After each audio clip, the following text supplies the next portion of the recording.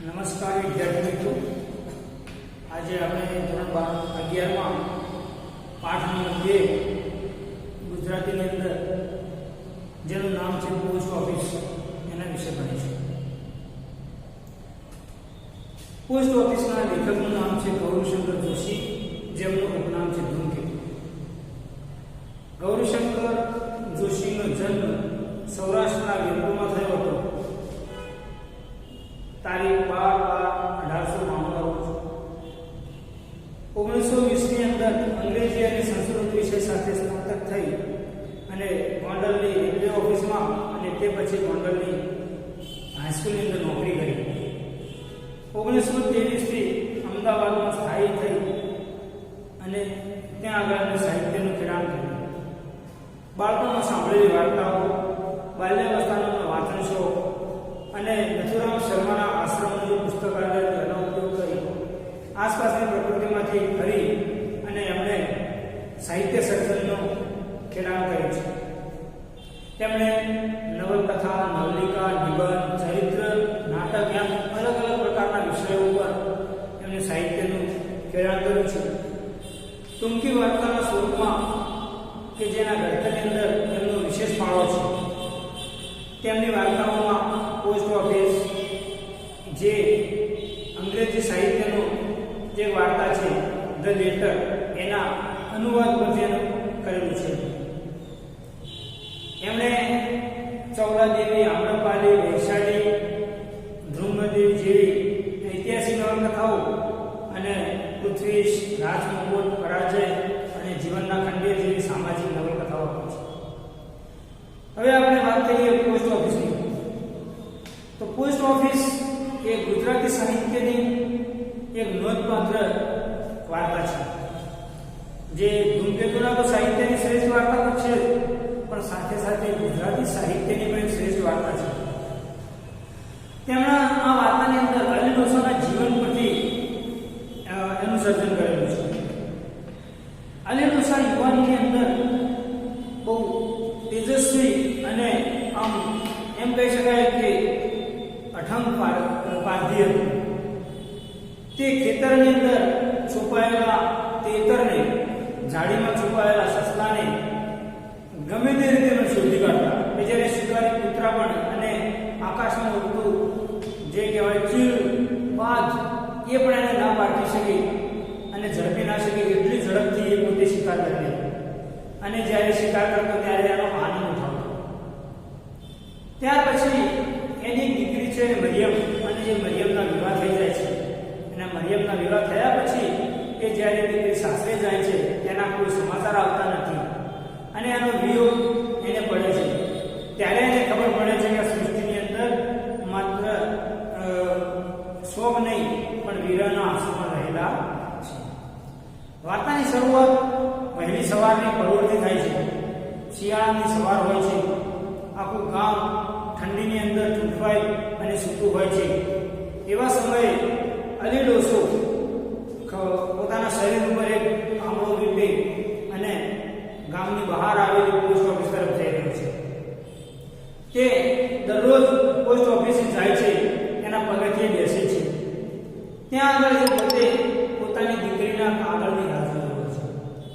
હવે આ અલી ડોસો ઘણા સમયથી એકની જગ્યાએ આવતો હોય છે. એટલે જે પોસ્ટ ઓફિસની અંદર કામ કરતા જે કર્મચારીઓ છે, પટાવાળો હોય, કાર્ટૂન હોય, પોસ્ટ માસ્ટર, ત્યાં બધા એને મજાકનું પાત્ર બનાવી દે છે. અને કોઈને કોઈ બહાને એનું નામ બોલી અને એને અંદર બોલાવવાનો પ્રયાસ કરે છે. અલી ડોસા રોજ આવી રીતે પોસ્ટ ઓફિસે આવી બેસી અને પોતાની દીકરીનો કાગળ ના આવે નિરાશ થઈ અને પાછું પોતાના ઘરે જતો રહે છે. આ ક્રમ રોજે રોજ ચાલે છે. પોસ્ટ માસ્ટર પણ હવે એના વિશે વિચાર થઈ ગયા છે. પોસ્ટ ઓફિસની અંદર એના વિશે અટકળો ચાલે છે, ગાંડો છે, એના વિશે બધી ઘણી બધી મજાકો ચાલે છે. એના ઉપરથી હાસ્ય પણ પેદા થાય છે. હવે આ પોસ્ટ માસ્ટર પણ એને સમજી શકતા નથી કે કેમ આવતો હોય છે. હવે એને પણ વાત પણ કરે છે પોસ્ટ માસ્ટરને કે તમે મારી દીકરી મરિયમનો કાગળ હોય તો મને આપજો. પોસ્ટ માસ્ટર બહુ ગુસ્સે થઈ જાય છે કે કોણ મરિયમ, કોણ છે? શું કહે છે તમે લખી નાખો, ના કોઈ દિવસ કામ આપશે. હવે આ અલી ડોસો એક દિવસ પોસ્ટ ઓફિસે આવે છે અને એનો કાર્ટૂન હોય છે અને હાથમાં 5 સોનાની સિક્કા આપે છે. ગિનીઓ આપે છે અને એને કહે છે કે બેન આ તારે કામની છે, મારે હવે કામની નથી, હવે હું આ દુનિયામાં રહેવાનો નથી, અને કદાચ જો મારી દીકરીનો કાગળ આવે તો એને મારી કબર ઉપર મૂકી આવે છે. હવે એવા સમય એવું બને છે કે જે પેલા પોસ્ટ માસ્ટર હોય છે એની દીકરી પણ પરદેશમાં હોય છે અને એ ત્યાં કંઈક બીમાર હોય છે એવા એને સમાચાર મળે છે. આખી રાત આખો દિવસ એ ગમગીનીમાં વિતાવે છે, ક્યારે મારી દીકરીનો કાગળ આવે તો મને સમાચાર જાણવા મળે, એ ઉત્સુકતાથી તે પોતે પોસ્ટ ઓફિસમાં બેસી રહી છે. વહેલી સવારના એક કાગળ આવે છે, ટપાલ આવે છે, એની અંદર કાગળ આવે છે, અલગ કલરનો કાગળ હોય છે, એ પોતે તક ઉઠાવી લે છે પણ એના ઉપર નામ લખેલું હોય છે વોચમેન આલ્યું છે. એને ઝટકો લાગે છે, કાગળ ફેંકી દે છે. ત્યારબાદ એના કારકુનને કહે છે કે અલી ડોસા ક્યાં છે? તો કે 3 મહિનાથી નથી, એ તો ગુજરી ગયા છે. પછી એ બંને ભેગા મળી અને એના કાગળને કબર પર મૂકી આવે છે. અહીંયા આ વાર્તાની અંદર પોસ્ટ ઓફિસનું જે નામ લઈ અને લેખકે પોતાની જે અલી ડોસાની જે વેદના છે, એની વ્યથા છે, એ અહીંયા રજૂ કરેલી છે. તો મિત્રો હવે આપણે આ પાઠને વ્યવસ્થિત ભણીએ. તમે તમારું ગુજરાતીનું પાઠ્યપુસ્તક ખોલી રાખો અને હું જ્યારે જેમ જેમ પાઠ વાંચતો જાઉં તેમ તેમ તમારે પણ એની સાથે સાથે આંગળી મૂકી અને વાંચતા જવાનું છે. પાછલી રાત્રિનું ભૂ આકાશ માનવ જીવનમાં અનેક સુખદ યાદગીર ચમકી રહે તેમ નાના મોટા તારાઓથી ચમકી રહ્યું. પાઠની શરૂઆત સવારના વાતાવરણના વર્ણનથી થાય છે.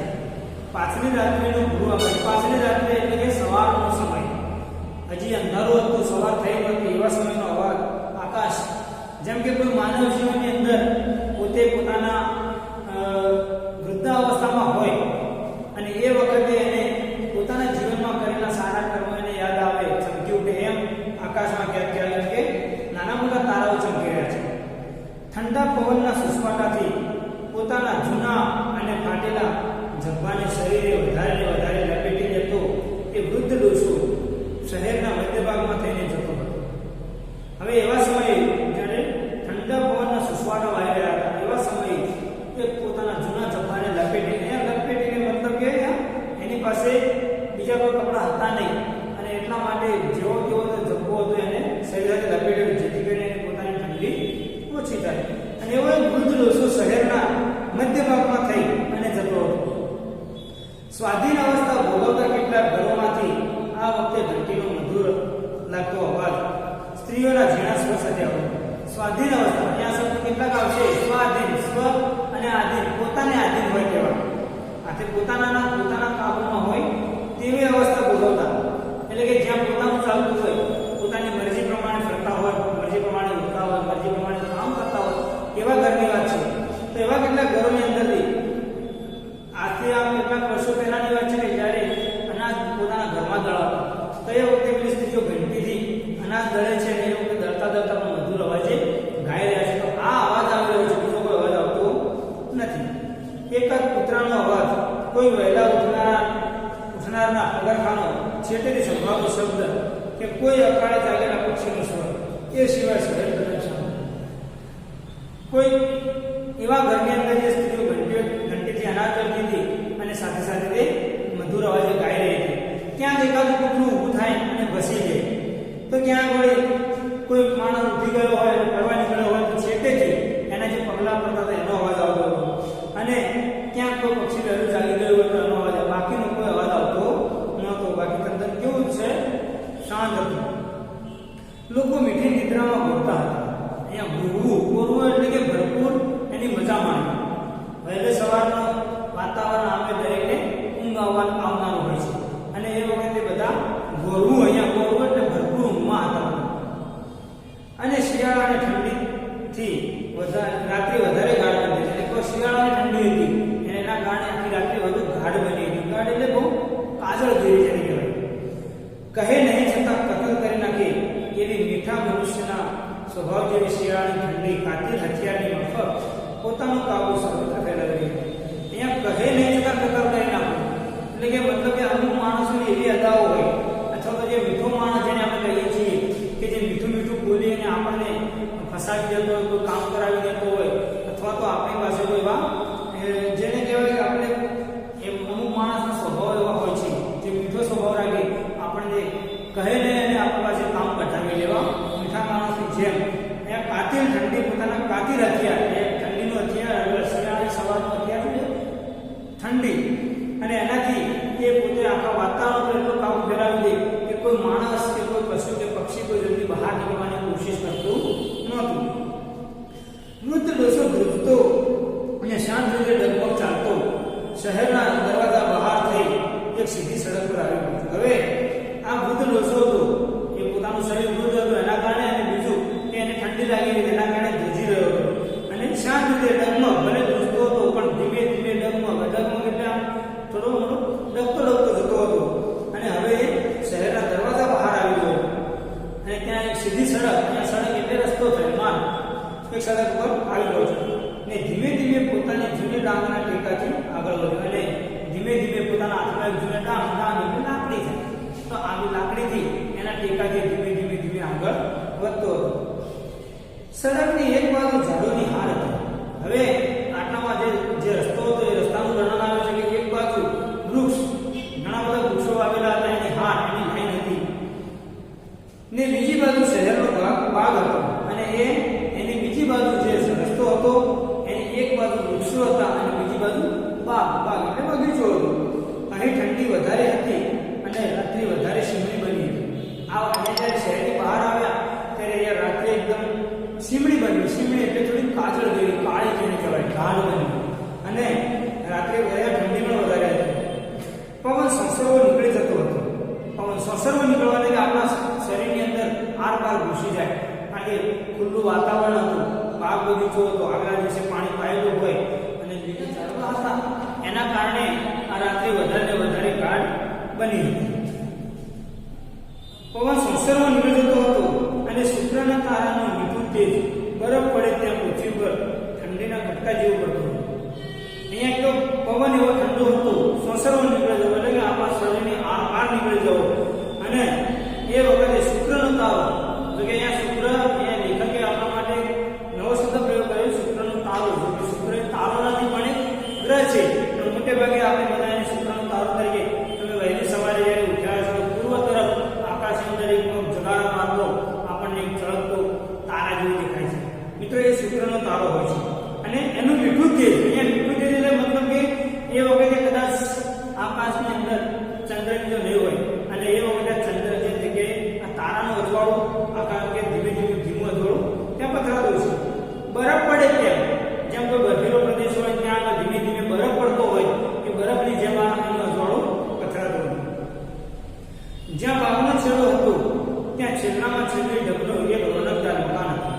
અહીંયા જ્યાં એ બાગ પૂરો થતો ત્યાં છેડા ઉપર છેલ્લામાં છેલ્લી ઢબનું, એટલે એ વખતની જે છેલ્લામાં છેલ્લી જે ઢબ એટલે આમ તો અંગ્રેજીમાં બોલે સ્ટાઇલ થાય, જેને આપણે બીજી ભાષા પદ્ધતિ, છેલ્લામાં છેલ્લી ડિઝાઇન પણ જેને કહીએ, એવું એક રોનકદાર એટલે ભટકાદાર, આમ દેખાવમાં દરેકની નજરમાં આવે એવું એક મકાન હતું. ને તેની બંધ બારી તથા બારણામાંથી દીવાનો ઉજાસ બહાર હતો, અને એક મકાન બંધ હતું પણ એના જે બારીવાના છે, જે કાચના કલર મૂકેલા હશે, અને એમાંથી અંદરથી કે જે દીવાનો પ્રકાશ, દીવો એ વખતના સમયમાં કદાચ લાઈટો નહીં હોય તો ઘરની અંદર લોકો અજવાળા માટે દીવાનો પ્રયોગ કરતા હશે, તો એ દીવાનો ઉજાસ એટલે અજવાળું પ્રકાશ ત્યાં બહાર આવતો હતો. ભાવિક મનુષ્ય દાતાનું શિખર જોઈ જેમ શ્રદ્ધાથી આનંદ પામે, તેમ વૃદ્ધ ડોસો આ મકાનની લાકડાની કમાન જોઈ આનંદ. જેમ આપણે કોઈ તીર્થ સ્થાને પગપાળા જતા હોઈએ અને છેક પહોંચવા થઈએ ને આપણને થાક લાગેલો હોય, અને દૂરથી આપણને જેમ દાતાર એટલે મતલબ તો કોઈ જેનું મુખ્ય મથક મંદિર કે એવું ભગવાનનું જેને આપણે કહીએ છીએ ભગવાન સ્વરૂપ, અને એનું જ્યારે શિખર જોઈ લઈએ, મંદિરનું શિખર કે હવે તો નજીક આવી ગયું છે, અને એમ જેમ આનંદ થાય એમ આ આલી ડોસાને પણ પેલા મકાનની જે કમાન એટલે એ મકાનના આગળ ઘણા વાળો ભાગ મૂકેલો એને કમાન કહેવાય. અમુક ઘરના આગળ શેપ આપવામાં આવતો હોય છે, તો અહીંયા એ જોઈ અને ડોસાનો એકદમ આનંદ થાય, કારણ કે પોતાની જે મંજિલ હતી એ મંજિલ એને હવે નજીક લાગી હતી. કમાન પર એક જરી પુરાણા પાટિયામાં નવા અક્ષર લખ્યા. આ કમાન ઉપર એક જરી પુરાણું એટલે બહુ વર્ષો જૂનું પાટિયું હતું. પાટિયું જૂનું હતું પણ પાટિયા પર અક્ષરો કેવા હતા? નવા અક્ષરો લખેલા હતા, અને એના પર શું લખેલું હતું? Post office. મતલબ કે આ વસ્તુ જે આજે ડોસો જતો હતો એ પોતે ક્યાં જતો હતો? પોસ્ટ ઓફિસે જતો હતો. ડોસો ઓફિસની બહાર પડથાર પર બેઠો. હવે એ પોસ્ટ ઓફિસ આવી એટલે આગળ એની પડથાર એટલે આપણે પગથિયાવાળો સીધો ભાગ કે જ્યાં લોકોને બેસવા માટે જગ્યા હોય ત્યાં પડથાર પર બેસી ગયો. અંદરથી કંઈ ચોક્કસ અવાજ આવતો ન હતો. હવે આ પોસ્ટ ઓફિસની અંદર કોણ હતું છે કે નહીં એ તો ખબર હશે નહીં, પણ કોઈ અવાજ આવતો ન હતો. પણ બે ચાર જણા કામમાં હોય તેમ વ્યવહારિક ઘૂસઘૂસ થતી હતી. અંદરથી ભલે ચોક્કસ અવાજ આવતો ન હતો, અવાજ તો આવતો હતો પણ ચોક્કસ અવાજ ન હતો કે શું વાતો થાય છે. પણ ચાર જણા કંઈ કામમાં હોય અને કોઈ વ્યવહાર એટલે પોતાના જે આ પોસ્ટ ઓફિસ છે તો પોસ્ટ ઓફિસના સંબંધી કંઈક વાત તો અહીંયા ગુપચુપ થવી એટલે મતલબ કે ધીમી વાત થાય. પોલીસ સુપ્રિન્ટેન્ડન્ટ અંદરથી અવાજ આવ્યો. હવે આ અનિલ ડોસો બહાર બેઠો અંદરની હિલચાલ સાંભળી રહ્યો છે એટલે આના કાને અવાજ પડ્યો પોલીસ સુપ્રિન્ટેન્ડન્ટ. ડોસો ચમક્યો પણ પાછો શાંત બનીને બેઠો. ડોસો ચમક્યો કારણ કે એને પોતાનું નામ બોલાય એની ઇંતજારી હતી. પણ જ્યારે નામ બોલાય કે પોલીસ સુપ્રિન્ટેન્ડન્ટ એ શાંત બનીને બેસી રહી.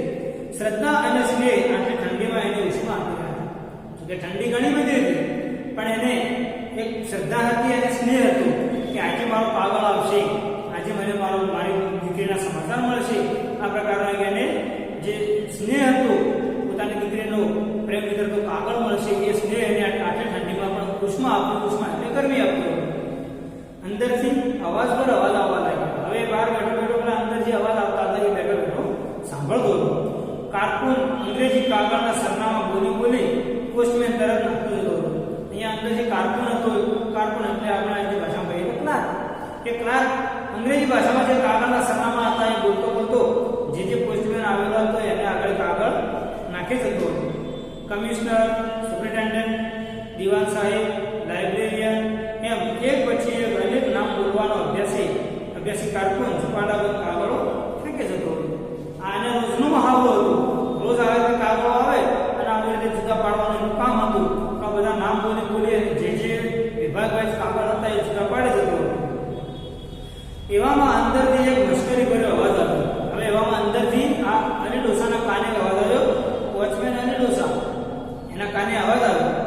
વૃદ્ધ ડોસો હતો ત્યાંથી બેઠો થયો. એનું નામ બોલાયું એટલે જ્યાં બેઠો ત્યાંથી ઊભો થયો, બેઠો થયો.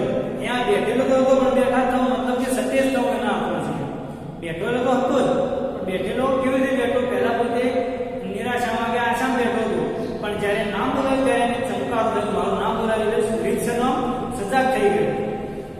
શ્રદ્ધાથી આકાશ સામે જોયું અને આગળ વધીને બારણા પર હાથ મૂક્યો અને પછી ઉઠી અને શ્રદ્ધાથી આકાશ સામે જોયું કે આજે ભગવાને મારી અરજી સાંભળી અને પછી એ બારણા તરફ આગળ વધ્યો. ગોકળભાઈ કોણ? વોચમેન અનિલ ડોસાનો કાગળ કીધો ને હું આવ્યો છું. હવે પેલા ગોકળભાઈ અંદર કારકુનનું નામ હશે કે ગોકળભાઈ પેલા એટલે કોણ? એટલે બધાને ખબર હતી કે અનિલ ડોસા રોજ આ સમયે આવે છે પણ એ પોતે અજાણે બની તો કે તમે વોચમેન અનિલ ડોસાનું નામ કીધું ને હું આવ્યો છું. જવાબમાં નિષ્ઠુર હાથ બધા હસવા લાગ્યા. નિષ્ઠુર દયા વગરનું કોઈનામાં દયા જેવું હતું નહીં. સાહેબ આ એક ગાંડો ડોસો છે એ હંમેશા પોતાનું કાગળ લેવા પોસ્ટ ઓફિસે ધક્કો ખાઈ. હવે જે પોસ્ટમેન હતા એમના આગળ આપણો કારકુન પોતે કહે છે કે આ એક ગાંડો ડોસો છે અને રોજ પોતાનું કાગળ લેવા માટે આ પોસ્ટ ઓફિસે આવે છે. ધક્કા ખાઈ મતલબ આવીને જતો રહે છે. કારકુને આ શબ્દો પોસ્ટમાસ્ટરને કહ્યા ત્યાં તો ડોસો પોતાના સ્થાન પર બેસી ગયો. આ કારકુન અને પોસ્ટમાસ્ટર વચ્ચે વાત થતી હતી એ દરમિયાન અનિલ ડોસો તો પોતાની જગ્યાએ બેસી ગયો હતો. 5 વર્ષ થયા એ જગ્યાને બેસવાનો તેને અભ્યાસ હતો. આ જગ્યાએ એને આવી રીતે રોજ બેસવાનો કેટલા વર્ષનો અનુભવ હતો? 5 વર્ષ. એટલે કે છેલ્લા 5 વર્ષથી આ અનિલ ડોસા રોજ સવારે ઠંડી હોય ગરમી હોય ગમે તેવા સમયે એ પોતે રોજ એક પણ દિવસ ચૂક્યા વગર આવે, બેસે, એનું નામ બોલાય તો પોતે બારણા પાસે જાય, લોકો મશ્કરી કરે તો પાછું ફરી ત્યાં બેસી જાય. તો મિત્રો આજે આપણે પાઠ આટલા સુધી રાખીશું. બાકીનો પાઠ